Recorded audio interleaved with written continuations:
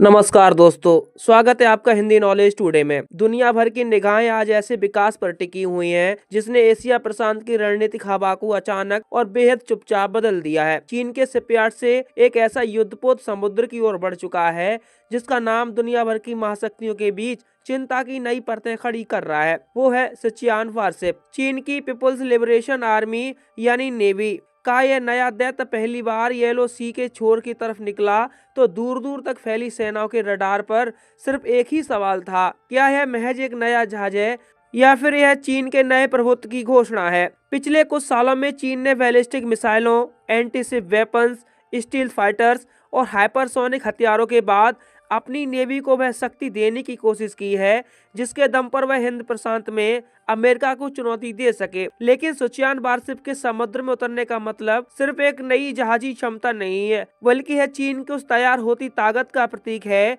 जो आने वाले दशक में भू राजनीति को पूरी तरह बदल सकती है। सिचुआन वारशिप के बारे में दुनिया के पास अभी आधिकारिक तौर पर बहुत कम जानकारी है। चीन की आदत है कि वह अपनी सैन्य प्रगति को रहस्य के साए में छुपाए रखता है और यह जहाज भी इसी रणनीति का हिस्सा है। फिर भी सैटेलाइट तस्वीरों, रक्षा विश्लेषणों और चीनी मिलिट्री डॉक्यूमेंट्स के आधार पर इतना जरूर कहा जा सकता है कि यह चीन के सबसे उन्नत और खतरनाक युद्धपोतों में से एक है। विश्लेषकों का मानना है कि यह टाइप 055 डिस्ट्रॉयर का अत्यंत अपग्रेडेड संस्करण हो सकता है, एक ऐसा संस्करण जिसमें स्टील्थ, इलेक्ट्रॉनिक वॉरफेयर, हाइपरसोनिक मिसाइलें और क्षेत्र नियंत्रण क्षमता अपने सर्वोच्च रूप में मौजूद है। जब यह जहाज पहली बार अपने ड्राई डेक से बाहर आया तो इसकी संरचना देखकर विशेषज्ञ स्तब्ध रह गए। बिना किसी तेज किनारे के एक रडार अवशोषक मोटी कोटिंग से ढका हुआ यह युद्धपोत इतना शांत दिखाई देता है कि उसके आकार का अनुमान लगाना मुश्किल है। सैटेलाइट तस्वीरों के आधार पर इसकी लंबाई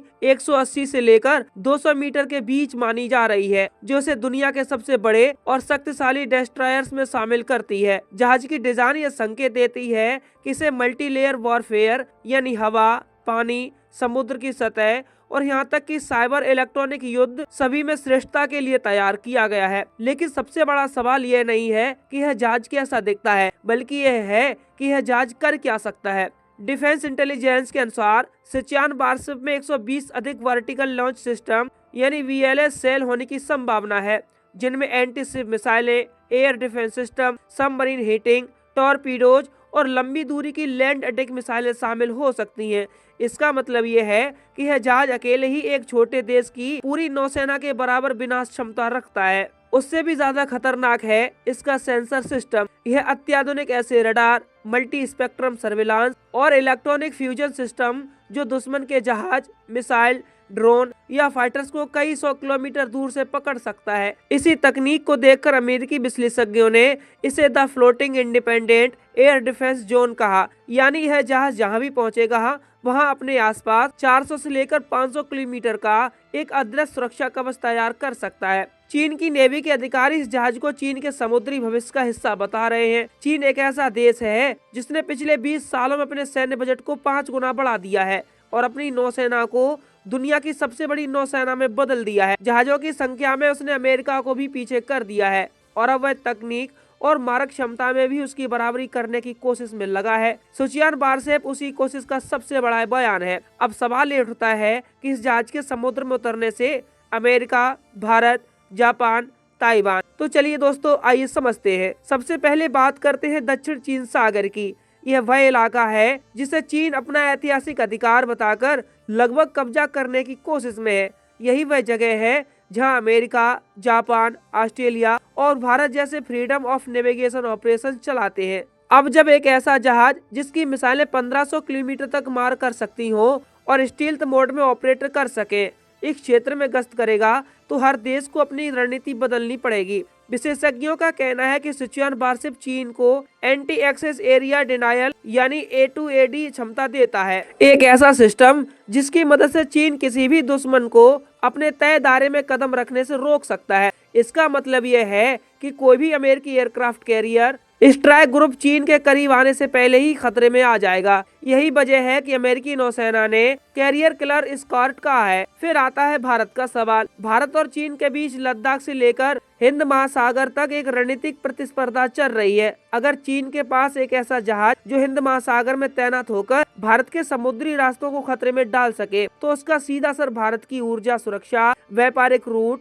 और नौसैनिक संचालन पर पड़ेगा। भारत की नौसेना भी लगातार अपनी क्षमता बढ़ा रही है, जैसे INS Vikrant, BrahMos, project 15B destroyer. लेकिन चीन की गति कहीं ज्यादा तेज है और यही वह बात है जो विशेषज्ञों को चिंता में डाल रही है। यदि चीन इस जहाज को भविष्य में मलक्का स्ट्रेट, अंडमान सी या अफ्रीका के पास अपने बेस जैसे जिबूती में भेजता, तो यह हिंद प्रशांत की पूरी भू संतुलन को बदल सकता है। भारत इसीलिए क्वाड, इंडो पैसिफिक इनिशिएटिव और अपनी सामरिक साझेदारी को और मजबूत कर रहा है। अब बात आती है जापान और ताइवान की। चीन और ताइवान के बीच बढ़ते तनाव ने पूरे क्षेत्र को युद्ध के कगार पर खड़ा कर रखा है। ताइवान पर यदि चीन किसी दिन हमला करता, तो उसकी सफलता का बड़ा हिस्सा उसकी नौसेना और मिसाइल क्षमता पर निर्भर करेगा। सिचुआन वारशिप एक ऐसा जहाज है जो किसी भी हमले के दौरान चीन की नेवी को escort, air cover, electronic jamming और मिसाइल सपोर्ट देने में सक्षम हो सकता है। यही वजह है कि जापान पहले ही अपनी मिसाइलें बढ़ा रहा है, अपने द्वीपों पर सैन्य ठिकाने मजबूत कर रहा है और अमेरिका से मिलने वाले F-35B की तैनाती तेज कर रहा है। और अब बात करते हैं अमेरिका की। अमेरिका अच्छी तरह यह जानता है कि चीन उसकी वैश्विक प्रभुत्व को चुनौती देने की क्षमता तेजी से बढ़ा रहा है।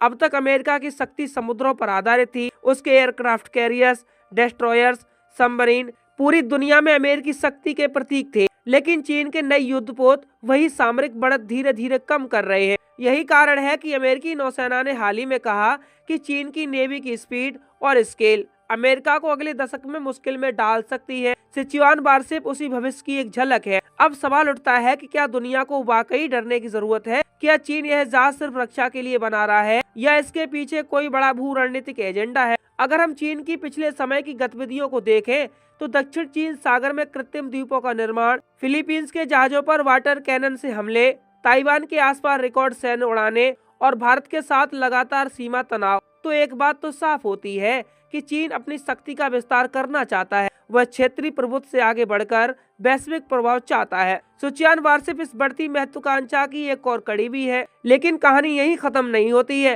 विशेषज्ञों का अंदाजा है कि चीन आने वाले 3 सालों में ऐसे कम से कम 6 से 8 उन्नत युद्धपोत बना सकता है।